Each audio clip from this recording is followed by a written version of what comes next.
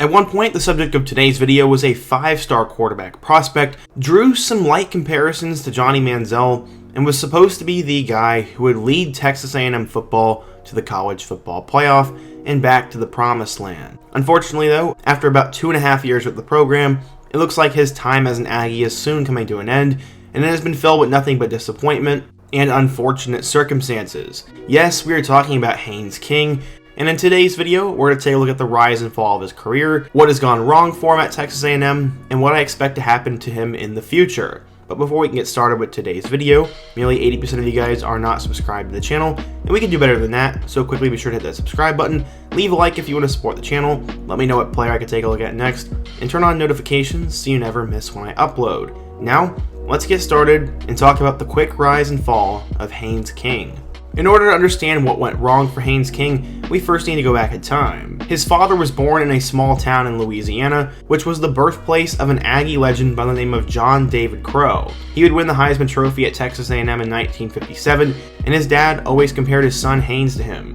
Haynes was born to a big-time high school football coach by the name of John King, so football was naturally going to be a part of his life. His father obviously grew up in Louisiana, but he wanted to become a big-time high school football coach, so he left the state.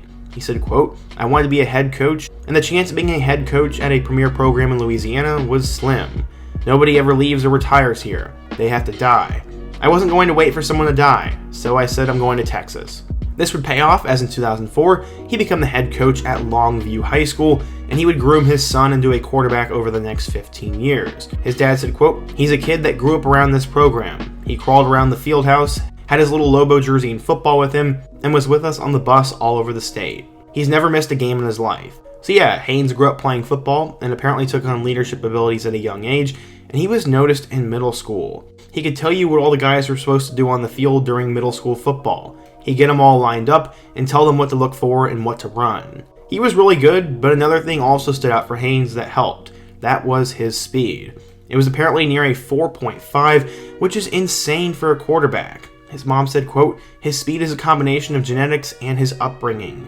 This would help him out tremendously, as he would eventually become the starting quarterback under his dad, with his goal of playing college football and, more importantly, winning a state title. As a junior in 2018, King would help the Lobos to their first state championship in 81 years. In the process, he'd pass for 3,667 yards with 41 touchdowns and only 4 picks. He blew up as a recruit because of this, and had offers from schools such as TCU, Kansas, Baylor, Missouri, Auburn, and Arkansas. He was considering all schools, but he had a senior year to finish first. He ended up going 37-2 as a starter during his high school career, was named the District 11 6A MVP, and was also added to the Under Armour All-American game. His stats were out of this world. In 39 games, he threw for 7,726 yards, 86 touchdowns, and 20 picks, while also rushing for 1,300 yards and 20 touchdowns. He also caught a touchdown pass. So this guy was a star, but where would he go?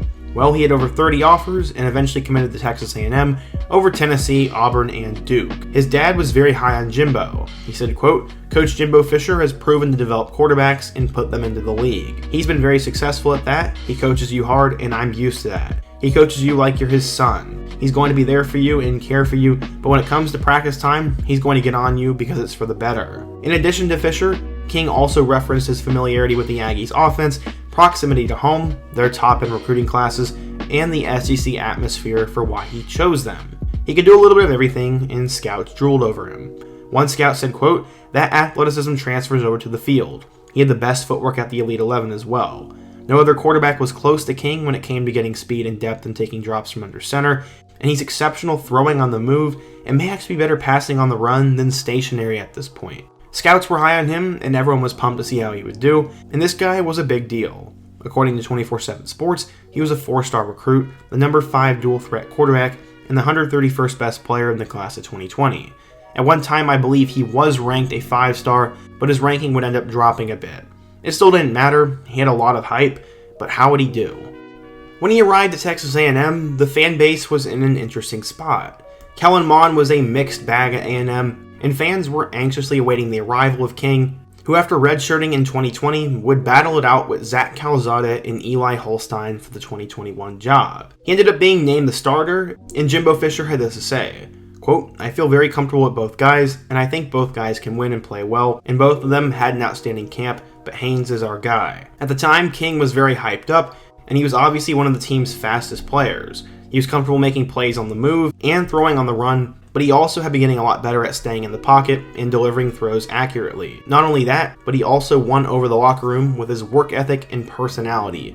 On paper, King was a future star. There were many outlets that tabbed him as a top 5 quarterback in the SEC, and that was without even starting a game. Unfortunately though, as quickly as the Haynes King hype started, it fell apart. He'd make his first career start against Kent State, in which it was a mixed bag. On one hand, he threw for nearly 300 yards and 2 touchdowns, and on the other hand, he threw 3 interceptions. This matchup showed one of the major flaws in his game, and that was his decision making. Those 3 turnovers would not end up costing him against Kent State, but that's not going to get it done in SEC play. Luckily, they'd have one of the worst Power 5 schools to play in week 2, and that was against Colorado. On the road against the Buffaloes, King would complete 1 of 2 passes for 8 yards before he would go down with an injury. He would end up hurting his right leg, and not only was he out for the remainder of the game, but he would miss the entire season. Zach Calzada would come in and lead them to a win, and he became the starting quarterback for the remainder of the season. This sort of ended Texas A&M's hype for the year, as not many believed Calzada could get it done, and outside of a huge upset win over Alabama, A&M was largely disappointing in 2021, but people were still waiting for King's return in 2022. The quarterback room would have some change. Eli Holstein would move to tight end, Zach Calzada would transfer to Auburn, Max Johnson would transfer in from LSU, and they'd bring in 5-star quarterback Connor Weigman. This would lead the Aggies to have a quarterback battle, but he'd end up beating out Max Johnson for the job, and now he had a ton of pressure. One site said, quote, "This is a different kind of pressure though. King has the entire weight of Aggie Nation on his shoulders, unlike any quarterback we've seen since Johnny Manziel. He might have to put together that kind of season to topple the tide and get to the SEC title in Atlanta." So with high expectations, how would he now do? Well, in his first game against Sam Houston State, he did go over 300 yards with 3 touchdowns and 2 interceptions, but it was still an ad performance. He should have put up even better numbers, and those 2 interceptions continued the trend that he was not a good decision maker. After the Sam Houston game, one reporter said, quote, "In terms of consistency, King needs work. While the deep ball is trending in the right direction, his decision-making skills aren't. On multiple occasions, he threw into double coverage and missed open receivers in the short game because of his desire to go deep." It wasn't all that bad though, as it was week 1, and it was actually the first 300-plus yard game since Kellen Mond. But he did not know that his time was pretty much done. His struggles would really come back to bite him, as in week 2 against Appalachian State, King struggled tremendously. He ended up going 13 of 20 for 97 yards without a touchdown or an interception. He couldn't get the offense moving, he looked very uncomfortable, and with all the talent around him, he couldn't get anything going. This not only led to a poor performance from King, but it led to a loss. Appalachian State came in and beat the number 6 ranked Aggies for a humiliating home loss, which has pretty much ended all the high expectations for both King and the Aggies this year. This led to a complete firestorm, and many were calling for King to be benched. Fans wanted LSU transfer Max Johnson to get his start, and that is what would end up happening. Max would beat him out in practice, and Jimbo would name him the starter going into their huge game against Miami. Yeah, Miami looks absolutely horrible right now, but at the time, it was a big game.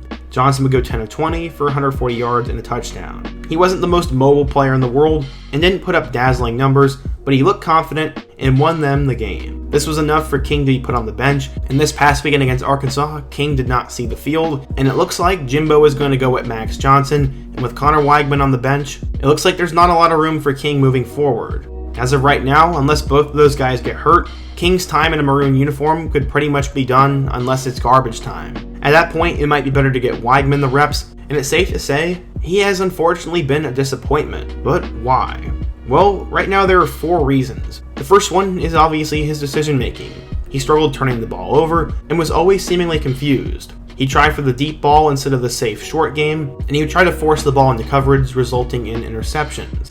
Secondly, the injury. The guy is an athletic freak, and he relied upon his legs for most of his career, and when he ended up hurting his leg, I cannot help but think this hurt his confidence, hurt his mobility in some way, and more importantly, took him away from football for a couple of months, putting him behind. Thirdly, his third down passing was atrocious. Third down is the money down as a quarterback, and he rarely got his team past the chains on third down, and that was not ideal. Finally, the App State game. Sometimes it just takes one bad performance to kill your career, and that is exactly what happened. Not only did he not play well, but he led to a humiliating loss, which led the fan base to turn against him and made the coach have to make a tough decision. Those are the 4 factors why I believe Haynes King disappointed at Texas A&M, and for all you guys wondering what I think will happen next, well, I think he's going to transfer. In this day and age, the transfer portal has become super popular, and I can definitely see a world in which Haynes King decided to transfer to another Texas school. I have no backing or no sources, these are just some ideas. A school like Houston or SMU would be a great fit for him. Tanner Mordecai is leaving SMU, and the Ponies have a pretty good offense, which I think would be good for his skill set. Houston will be losing Clayton Tune soon, and with them joining the Big 12 and being in-state, that would also be a great opportunity for him. Other schools such as UTSA, Texas Tech, or maybe even Baylor would be a great fit as well. But at the end of the day, I have no idea. He could go anywhere, he might stay, and he might end up becoming a star. But as of right now, we have seen the unfortunate downfall of Haynes King at A&M, and this is not what I expected. I was super high on him coming out of high school, and I was very pumped to see what he would do as an Aggie. It's sad to see this has happened, and I'm definitely rooting for him to succeed. But what do you guys think? If you're a Texas A&M fan, what has gone wrong for Haynes King, and what is the next step for him? If you're a fan of another school, let me know your thoughts down below. Give me a player I could take a look at next, and let me know what topic I should cover in my next video. Before you go, don't forget to also leave a like, subscribe if you're new, and check out all my other videos on the end screen. Hope to see you guys again soon, but until next time, peace.